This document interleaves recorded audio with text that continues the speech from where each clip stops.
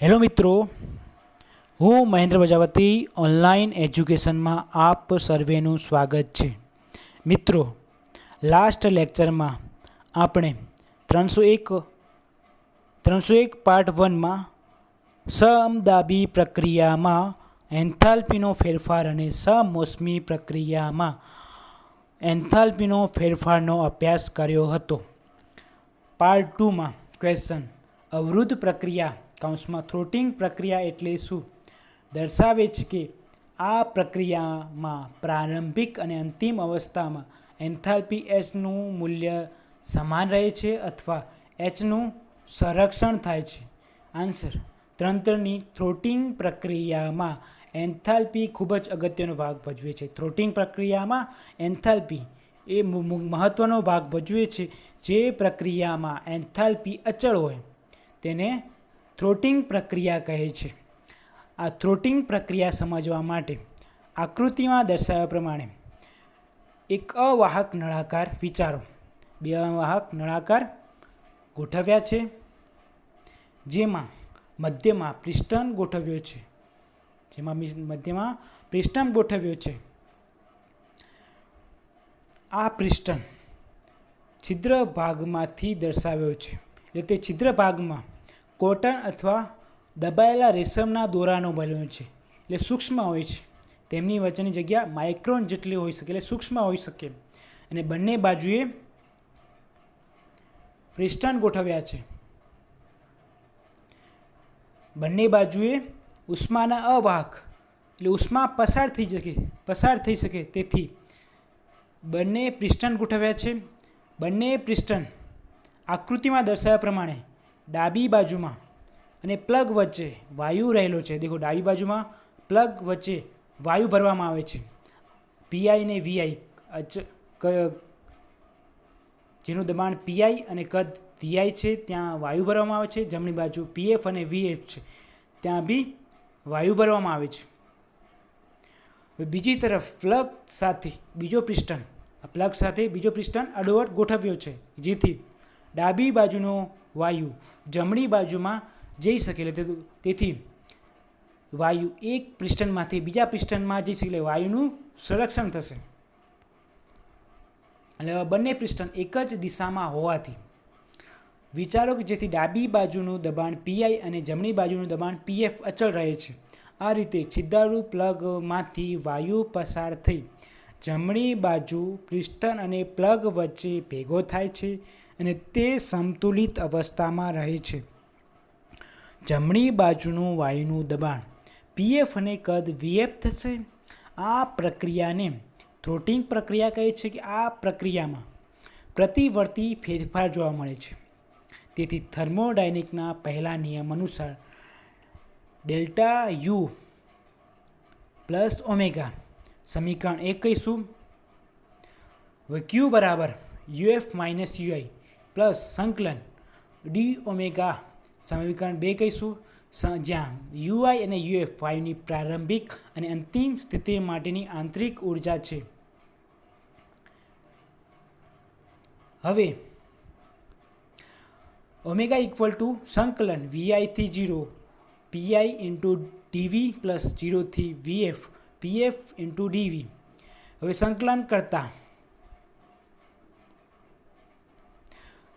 PI into DV, PI into V, limit VI into 0 plus PF into V 0થી VF. હવે limit મૂકતા PI into 0 minus PI into VI plus PF VF into VF minus PF into 0.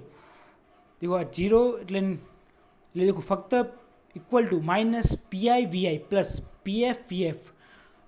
W બરાબર PF VF minus PI VI સમીકરણ 3 કહીશું, જ્યાં PI અને VF એ અચળ છે. સમીકરણ 2 પરથી Q equal to UF minus UI plus સંકલન D omega equal to UF minus UI plus omega. હવે દેખો આનું સંકલન ઓમેગા થશે, ડી ઓમેગાનું સંકલન ઓમેગા થશે, equal to UF minus UI plus PF VF minus PI VI સમીકરણ 3 પરથી લીધું. વળી ઉષ્માની આપલે થતી નથી એટલે ક્યુ ઇક્વલ ટુ 0 થશે. UF minus UI plus PF VF minus PI VI equal to 0. UI plus PI VI equal to UF plus PF VF H equal to PV plus P into V પ્રમાણે એટલે એન્થાલ્પીની વ્યાખ્યા પ્રમાણે H I equal to HF થશે. દેખો આમ પ્રારંભિક અને અંતિમ સ્થિતિમાં એચનું થ્રોટિંગ પ્રક્રિયામાં સમાન રહે છે. તે એન્થાલ્પી વિધેયનો ચોથો મહત્વનો ગુણધર્મ છે. ક્વેશ્ચન: હેમ્બ્લોઝ વિધેય સમજાવો. સાબિત કરો કે સમતાપી પ્રક્રિયા દરમિયાન પ્રણાલી પર થતું હેમ્બ્લોઝ વિધેય જેટલું છે. સમતાપી અને સમકદીય ફેરફારમાં એફ અચળ રહે છે. આમ હેમ્બ્લોઝના આ થર્મોડાયનેમિકના વિધેયને એ અથવા એફ વડે દર્શાવવામાં આવે છે. તેને અચળ કદ માટે થર્મોડાયનેમિક સ્થિતિમાન અથવા કેટલીકવાર હેમ્બ્લોઝની મુક્ત ઉર્જા કહે છે. કેટલીકવાર વ્યાખ્યા પ્રમાણે F equal U minus S into T. હવે દેખો આનું સૂક્ષ્મ પ્રતિ ફેરફાર માટે વિકલન કરતાં DF equal to DU minus S into ટીનું ગુણાકારના નિયમ પ્રમાણે એસ ટી એમને નાખો, આનું એસનું વિકલન માઇનસ એસ એમને નાખો, ટીનું વિકલન. ડીએફ બરાબર DU minus S into DS minus S into DT સમીકરણ 1 કહીશું અને સમીકરણ 1 કહીશું. પરંતુ DQ equal T into DS, DQ equal DU plus P into DV સમીકરણ 2. સમીકરણ 1માં સમીકરણ 2ની કિંમત મૂકતા સમીકરણ 1માં 2ની કિંમત મૂકશું એટલે ડીએફ બરાબર DU minus DU plus P into DV minus S into DT equal to DU minus P into DV minus S T. DU ઉડી જશે. DF equal to minus P into DV minus S into DT સમીકરણ number 3 કહીશું. 1. સમતાપી પ્રતિવર્તી પ્રક્રિયા માટે એટલે તાપમાન DT equal to 0 સમતાપી હોવાથી તાપમાન 0 થશે. સમીકરણ 3 પરથી DF equal to minus P into DV DT જગ્યાએ 0 મૂકશું એટલે DF equal to minus P into DV સમીકરણ નંબર 1 કહીશું. સમીકરણ 1 કહીશું. ડીએફ પછી પીને કરતા બનાવીશું એટલે DF by DV equal to minus P. હવે અચળ તાપમાને DF by DV equal to minus P એટલે અચળ તાપમાને દબાણમાં ફેરફાર થશે. 2. સમકદી પ્રતિવર્તી પ્રક્રિયા માટે ડીવી ઇક્વલ ટુ 0 સમીકરણ 3 પરથી DF equal to minus P into DV minus S into DT. હવે ડીવી ઇક્વલ ટુ 0 હોવાથી 0 થશે એટલે minus S into T. DF equal to DT. DF હવે એસને કરતાં બનાવીશું એટલે DF by DT equal to minus S. હવે અચળ સમકદી હોવાથી એટલે અચળ કદે DF by DT equal to minus S સમીકરણ નંબર 5 કહીશું. એટલે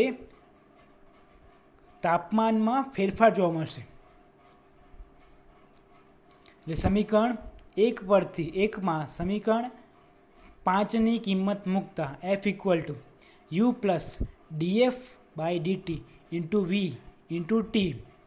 હવે પરંતુ સમીકરણ એ પરથી DF equal to minus P into DV બંને બાજુ સંકલન કરતા એટલે આઈથી F DF equal to minus આઈથી એફ પી ઇન્ટુ ડીવી.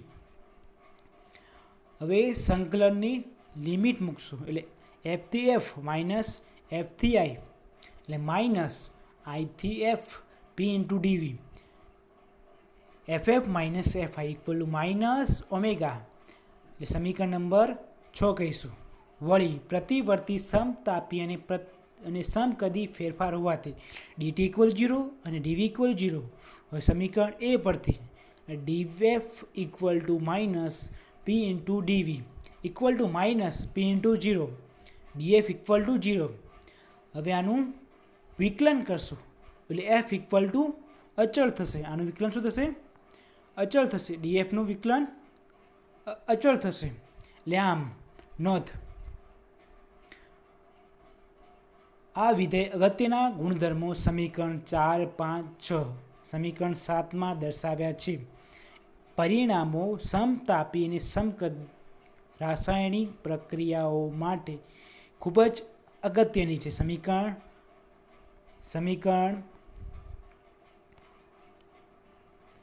5, સમીકરણ 6, સમીકરણ 7 શું છે? સમકદી રાસાયણિક પ્રક્રિયાઓ માટે ખૂબ જ ઉપયોગી છે. તેનો ઉપયોગ ક્યાં જોવા મળે છે? સાંખ્યિક યંત્રશાસ્ત્ર મિકેનિક્સ, સ્ટેટિસ્ટિકલ મિકેનિક્સમાં કરવામાં આવે છે. હવે ગિબ્સનું વિધેય અચળ હોય છે, સમજાવો. આન્સર: ગિબ્સનું વિધેયની વ્યાખ્યા પ્રમાણે g equal to h into T into S, S એટલે એન્ટ્રોપી, જ્યાં h equal to entropy, S equal to entropy, T equal to તાપમાન. ખૂબ જ સૂક્ષ્મ પ્રતિવર્તી પ્રક્રિયા માટે સમીકરણ 1 પ્રમાણે g equal to h minus T into S, dg equal to dh minus ગુણાકારના નિયમ પ્રમાણે ટીને એમ રાખો, એસનું વિકલન, એસને એમ રાખો, ટીનું વિકલન, એટલે dg equal to dh minus T into ds minus S into dt સમીકરણ નંબર 2 કહીશું. પરંતુ dh equal to T into ds plus V into DP, dq equal to V into DP, S into dt. પ્રતિવર્તી સમતાપી અને સમતાપી પ્રક્રિયા માટે dg equal to 0, એટલે આ પ્રક્રિયા શૂન્ય થશે. એટલે આનું વિકલન કરતાં g ઇક્વલ ટુ અચળ. આ વિધેય અવસ્થાના ફેરફાર માટેની પરિણામી ઉપયોગી છે. ફ્યુઝન, સિમ્યુલેશન અને બાષ્પીકરણ માટે અને સમદાબી પ્રક્રિયાઓને પ્રતિવર્તી ગણી શકાય. આમ આ પ્રક્રિયા દરમિયાન ગિબ્સ વિધેય અચળ રહે છે. આમ નોંધ, ગિબ્સ વિધેય એ કેમિસ્ટ્રી અને એન્જિનિયરિંગમાં ખૂબ જ ઉપયોગી છે.